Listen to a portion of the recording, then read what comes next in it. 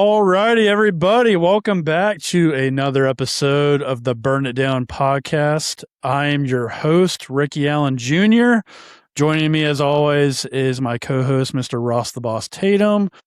And a very special guest this week. By popular demand, we have Mr. Todd Gilliland, the Todd Father himself. Todd, how's it going, brother? Yeah, it's going really good. It's been an exciting month or so with new contract extension, obviously the in-season challenge, had our off week. So we've been having a lot of fun lately.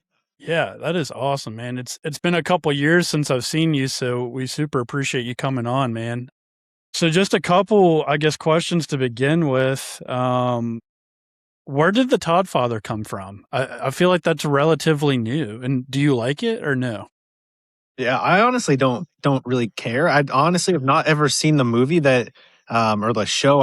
Really don't even know what it's from. So maybe I should watch it before I actually make any opinion on it because I don't know Yeah. what type of guy he was. But I don't mind it. I think at least people are talking. I guess when they come up with nicknames. So so far so good. I'm happy with that. I'll take it. I think it's a pun off The Godfather, if I'm not mistaken, which is, I guess, a movie. Ross, have you seen the? I haven't seen The Godfather. I've heard of No, it. I'm not that old. I can't say I've watched it. That's just way before my time.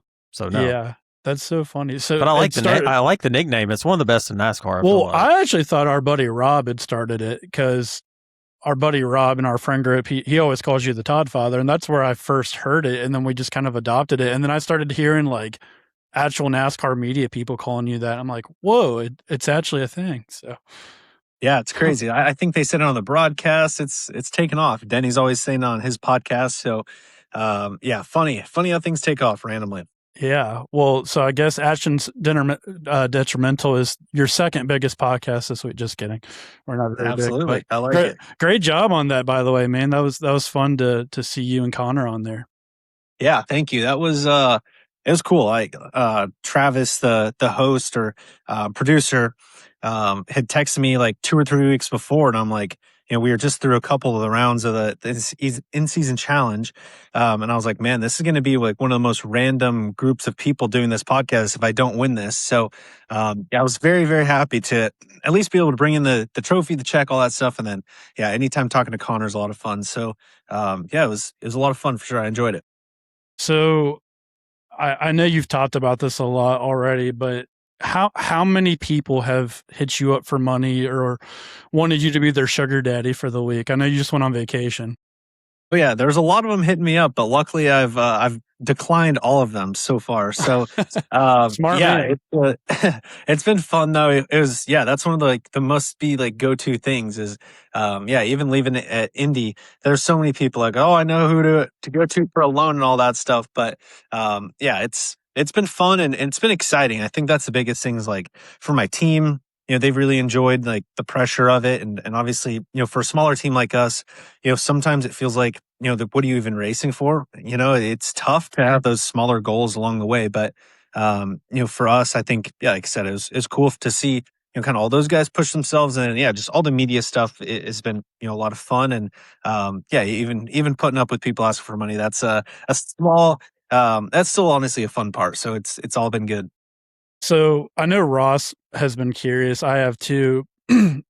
What does that actually look like for you, though? I mean, is it like, do you truly get that, or is it go to the team and then you get like a portion of it? Like, I guess it's all depending on how your contract's set up. Yeah, so I would assume kind of everyone's would be a little bit different. But yeah, all that goes to the team, and then it's all divided up. So Okay. it's I'm happy with how everything's been getting divided up, and very happy with just all our team guys. So kind of the whole team's kind of getting is a small piece, and I think that's then the coolest part. Like literally every single person that works at front row is getting a little bit of it. So it's cool and yeah, like I said, right, it goes from top to bottom of this is really cool and exciting that we're able to make it all the way through and win it. So I hope everyone everyone enjoys it all. Sure. I'm sure you're not going to want to see this go away. Ross and I were discussing kind of during the in-season tournament, and I don't know why. I don't know if it's just because of like the chase coming back, and like I guess maybe there's more storylines, but we kind of felt like in the middle of the season, like it's like has this in-season thing kind of run its course? But I'm sure you're good with it, right? You want it to stay? Yeah, I mean, yeah, me personally, like obviously winning it was really cool, but at the same time, it does feel a little bit different with the chase coming back, and obviously it's a really tight points battle right there. So like, obviously, okay, so there's a battle for the win, which is always going to be obviously shown on TV. You can really broadcast out the chase cutoff line. Usually all those guys are running right around each other, and it's tightening up, so you can broadcast that. And then yeah, I think I see your guys' point, right? At what point is there just too much going on and not enough, not sure attention being put in the right place, but for us, like I think TNT's done a good job with it. I think it's all 5 of their broadcast races. It's something to promote, months in advance, leading up to it. First off is where everyone's going to be seated. And then obviously for all their races, it's fun to keep up with and for them to put on. So, I don't know. I think that's one of the hardest parts about NASCAR is, being in the sport. It's like where are we getting broadcasted this week? So I think anything where each partner can kind of differentiate themselves is a good thing. And yeah, we're in the just dead center of the season during that in season challenge. So it is. I mean, for us, I think it's a lot of fun to just bring something a little bit different. Hey, by the way, you're 23rd in points. You're right there in the midst of it. You got short tracks coming up. Obviously, you've been really good at short tracks this season. You think you got a chance right here? Yeah, I mean, I think we have some strong tracks coming up for sure. I think it's going to take exceptional runs to gain on those guys on the cutoff line, which obviously I hope and that's our plan. But yeah, I think we've done a good job of really making the most of the intermediate racetracks where probably aren't our strongest at the moment. And yeah, hopefully we can get to the short tracks and make the most of them there too, which I think our ceiling is just much higher. So yeah, I'm excited for here. Really excited for Rich. I mean, I think how we ran at North Wilkesboro is, obviously much different pavement, but I think setup wise, some things that we can definitely take there and be a little bit better. New Hampshire, we've ran good there in the past. So, yeah, and then Daytona too. I'm super excited every time we go to a super speedway. So, yeah, I see no reason we can't go out and have, a really, really strong month or so on the racetrack. That's Good. awesome, I'm adding dude. that to my bets. Thank you. Ross is our betting professional over here on the Burn It Down podcast. I So. like it. So you probably lost a lot in the in-season challenge. That's why you want to get rid of it. That's true. Yeah, I did. Yeah, I'm not gonna lie. I had Chase Elliott, and that didn't work out for me. Dude, you were Nice. the Let's go. sleeper. What were you? What seed were you? Like the 20-something seed? I was the 25th seed, so not quite as cool as Ty Dillon last year being the last one in, but at least we're able to win it. So that's good for something. I will say I love how they did the seeding this year, where they actually did it off your points versus like last year. Didn't they take like a 3-race sample size or something? Like I didn't think that was enough of a sample size for a seeding. I agree. Yeah, you can pretty much tell where guys run just based off points at this point in the season for sure. So take us through, Todd. Like obviously I've been fortunate enough. I was in the industry for a little while as a PR rep, and I kind of got a feel of what it was like. But walk us through and for all the people listening, like from a driver's perspective, like what's your week look like? I mean, I know things have changed a lot with COVID. They are starting to bring practice back a little bit now. So give us an idea of kind of like your lead up during the week in terms of like simulator, team meetings, and then like when you go to the racetrack and everything. Yeah, so I would say Monday for us is kind of just like a recoup. Do honestly nothing fun, like do laundry, just kind of catch up on all things. So I don't really do much. That's more of a relaxing day. Tuesdays, we have our meetings at 9 a.m. Pretty much just we go over the post race, and then it's a lot of just pre race talks with my team the rest of the day. Usually go to lunch with my team, and pretty much hang out at the shop all day. Wednesday, probably go to the shop early-ish in the morning, kind of hang out through till about lunchtime. Then I go to the simulator Wednesday afternoons from 1 to 3. And then nothing the rest of the day. Wednesdays, Thursdays are kind of just an off day. Maybe play some golf, see if I can fit in some golf on a Thursday. And then usually right back to the racetrack on Friday. Obviously practice. race on Sundays and then get home late and redo it all again. So it's a very repetitive, but also I think once you kind of get into a good routine, it's kind of much easier to keep up with. Traveling circus, man. That's what we used to call it. Absolutely. Yeah, it's pretty crazy, especially with the races now where it's street races and everything. We can set up the circus wherever we want. It's pretty wild. I know you mentioned golf, and I know you briefly talked about this a little bit on Denny's show too. You said you're a big YouTube golf guy. I am as well, man. I love watching Grant Horvat, Bob Does Sports, Good. Do you watch all those guys? And did you watch the Internet Invitational last year? Oh yeah, I watch all of it. So, yeah, my wife wishes I didn't watch all of it. That's for sure. She's not the biggest YouTube golf fan as I am. So, but yeah, it's fun. I love the Grant Horvat stuff. Bob Does Sports. They came to a race a couple years ago, so that kind of got me hooked on those guys. Cool. Being able to meet them was fun. Yeah. But yeah, it's just good entertainment, man. I don't know if I'm learning much. It's like watching film for for golf, which is much harder. But yeah, it's good entertainment. Heck yeah, dude.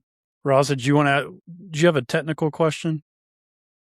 Well, I was going to ask that, Bob Pockers released a tweet about a week ago, 2 weeks ago, about them adding more struts to the front ends of the cars. Do we think the Fords and the Chevys are going to be able to catch up to the Toyotas after this change? I feel like it didn't get talked about a lot. Yeah, I'm going to be honest with you. I don't really know what that even is. So I don't know. I haven't heard much from my team if it's going to help us or not, but I don't know. It seemed like I think Brad Keselowski put something out there. He seemed to think it is going to on Twitter. So yeah, I'll have to actually dig into that. I'll ask my team tomorrow and get back to you guys on that one.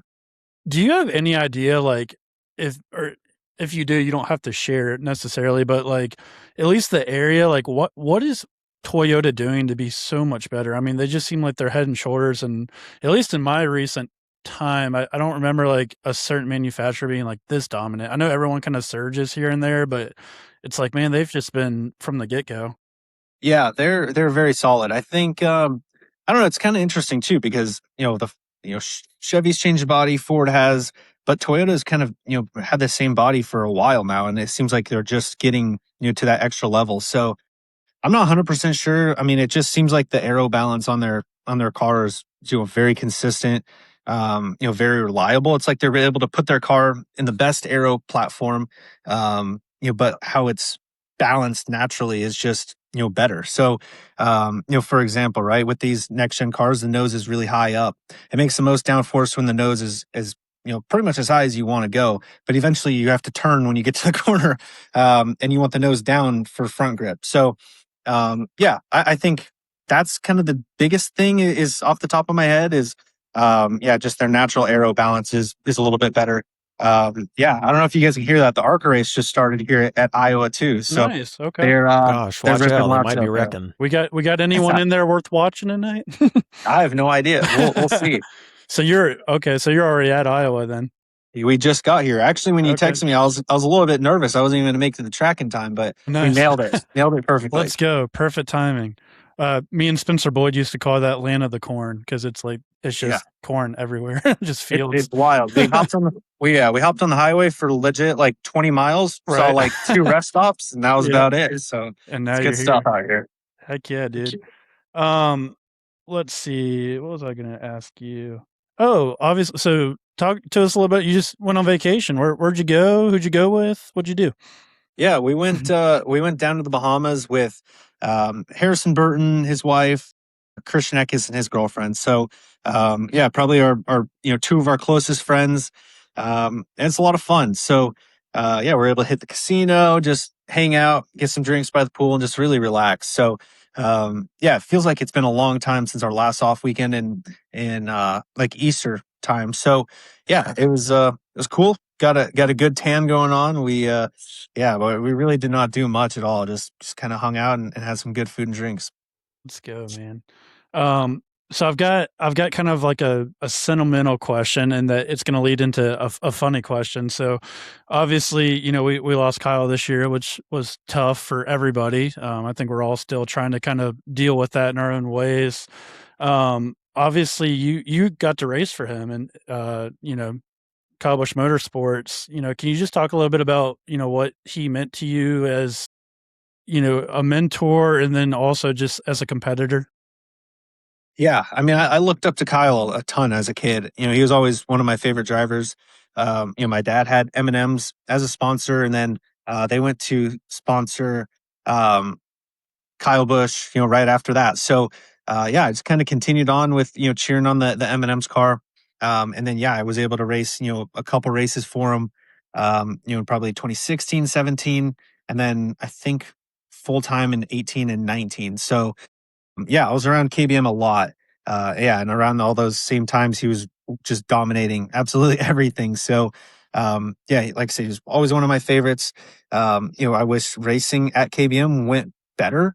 I wish we were able to I guess live up to, all of our expectations. I think we all expected more. So that part was disappointing, but yeah, I was always, super, super, thankful to have him as a boss. And then, yeah, once we started racing against each other, he's a tough competitor for sure. You can, absolutely see he's just on the edge every single lap, which is cool to see. So yeah, I always respected racing him as well. So I've got kind of a funny story of that, and you may know where I'm going with this. So I was actually there in Martinsville. I was standing next, I think, to your dad and your mom and your grandpa when I was working for DGR at the time, and you were leading at the closing laps of Martinsville, and that was your first truck win, if I remember correctly. And you came on the radio and said something along the lines of, Kyle Busch can stay in his motorhome, maybe a little PG version of that. So where did that come from? I know you mentioned like you wish your time at Kyle Busch Motorsports went better.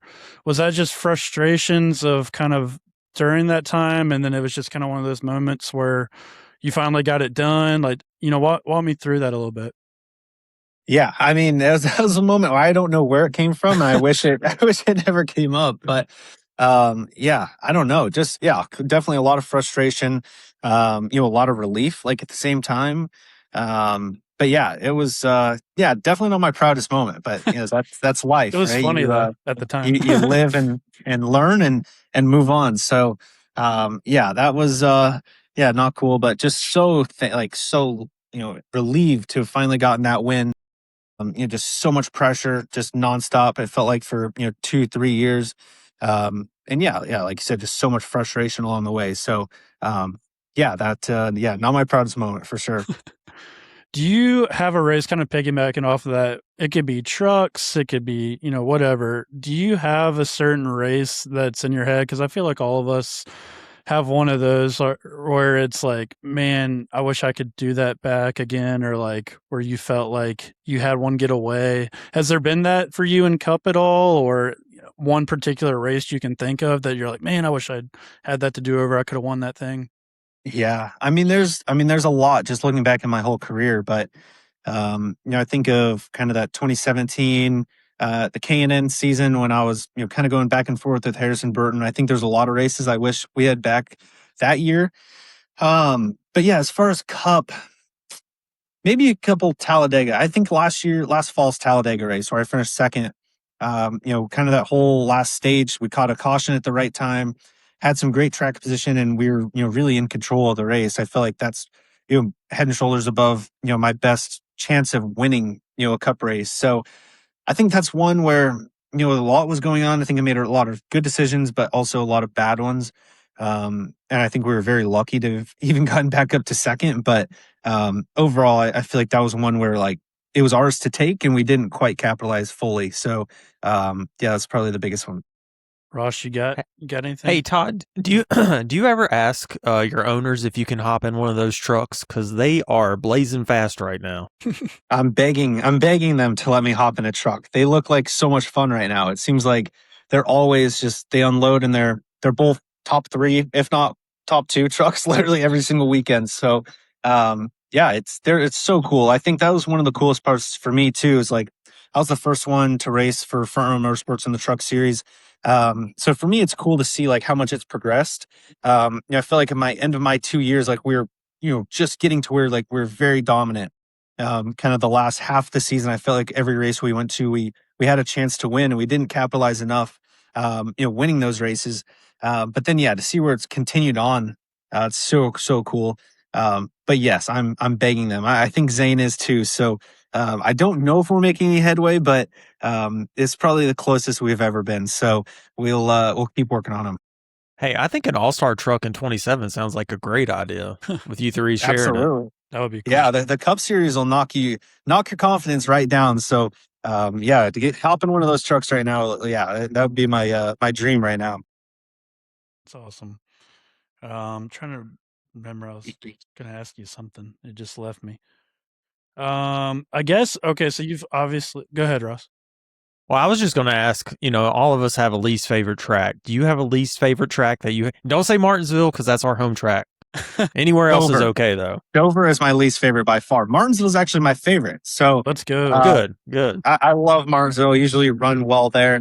But Dover, yeah, I love the Northeastern fans. They're some of the most passionate in the world. But man, that racetrack could just fill up with water and get wiped off the map, and I would not be upset. But yeah, it's I just never figured the place out. Maybe one day it'll click and I'll love it because it seems like a fun track. Like on paper, like making laps by yourself there is really fun. It's just everything else, the racing, like tough to pass, just grinds you down all day. So I'm hoping it clicks one day. I remember what I was going to ask you now. Ross and I had this discussion a week or two ago, and we just talked about it seems like more guys are making the jump from truck to cup. And I guess you're technically one of those guys too. I know Carson, like Corey Heim. There's been a lot of guys that have kind of gone directly from truck to cup.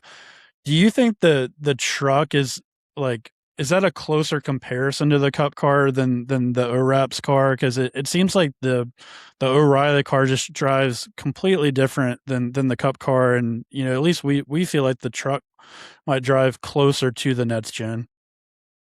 Yeah, I think, like you said, for me, I've never even sat in an O'Reilly series car, so I don't really have an opinion on that. But as far as my jump from the trucks to the Cup car, I feel like how they drove was way more similar than I even expected. The front ends are very, very stiff in the truck. Just keep the splitter down, and the whole truck is just very stiff. Also, just how the body is made. You can obviously see it on TV, right? The right side shaped like a banana, and they're kind of built to drive straight. Just because all the yaw is built into the tail. So if you get loose, you actually lose a bunch of downforce.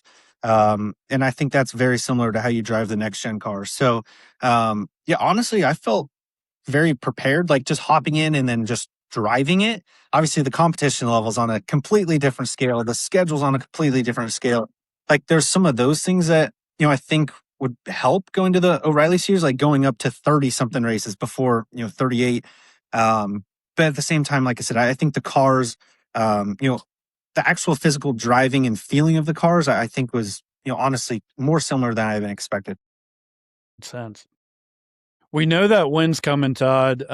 You've done a really good job the last several years. We're seeing the consistency. I know you said on Denny's pod, you kind of the goal is top tens, right? If you can get there, and I know you guys are up against a lot with the big three. They just have so many resources and people, and but you're doing a great job with what you got. So what's the party going to look like when you win, Todd? What's the party? Yeah, I honestly can't imagine the party because we had a pretty big party for finishing 24th and winning that $1 million. So that's a pretty good trophy to have, though. It is, yeah. First trophy in years, so we'll take it. But yeah, the party's gonna be massive. I got to kind of see a little bit of a glimpse when Harrison Burton won. We almost burned down the whole city of Charlotte, just going to every single bar, just drinking everything they had. But yeah, it's gonna be so much fun. It's gonna be another moment of like just relief, excitement. And yeah, definitely a day I look forward to. So, yeah, you never know, right? When you're going to get an opportunity or, could be done at any time. So, yeah, I think the biggest thing for me, like you said, right? Be more consistent, race inside the top 10. And, if you can do that consistently, you're going to be, very much so a top 16 chase contender. And then, yeah, hopefully we can, click off a win here soon. And then, yeah, hopefully it opens the floodgates and just kind of keeps building some momentum for us. Well, you're doing all the right things, man. You're you're doing a great job on the track, continuing to improve, and from a PR standpoint too, man. You're killing it off the track. I love seeing you on social media. The interaction with the fans, the fact that you would give two goobers like us just a little bit of your time, man. It means a lot. So we really appreciate it. Absolutely. I think that's been, one of the more fun things too is like just building my own personality out there, right? It's like, I'm always on my phone, always on Twitter, interacting with people, which is just natural, right? There's some guys that probably don't run their social media accounts, which probably sometimes is better. There's a lot of negativity out there in the world, but yeah, it's just fun doing my own thing for sure. Ross, you got anything else for him? Yeah, obviously Denny has the Denny Bros, and I was thinking maybe we could be the Gilliland Islanders or the Gill. I don't know, man. I'm just trying to I come like up with it. some. I Yeah, dude, researched, I did everything I could, and I couldn't figure it out. yeah. Yeah. Someone called me a Gilligoat one time. So I was like, all right, fans of all the Gilligoats. Yeah, there's a lot of different nicknames coming up. So it should be fun. Well, you've got a fan base certainly out there, man. You're doing a great job growing. You have an open invitation anytime you want to come on here, man. Ross and I said we'll make this your playground if you want. If you want to come on and talk about your races or whatever, man, we'd love to have you. So awesome. Yeah, I appreciate that. Of course. Well, we want to be respectful of your time, man. Let you get some rest and get ready for this weekend. So thank you again so much for coming on, Todd, and hopefully we'll have you on again pretty soon. Absolutely. I like that. And yeah, it's great talking to you guys. Yeah. See you, brother. Thanks, Todd.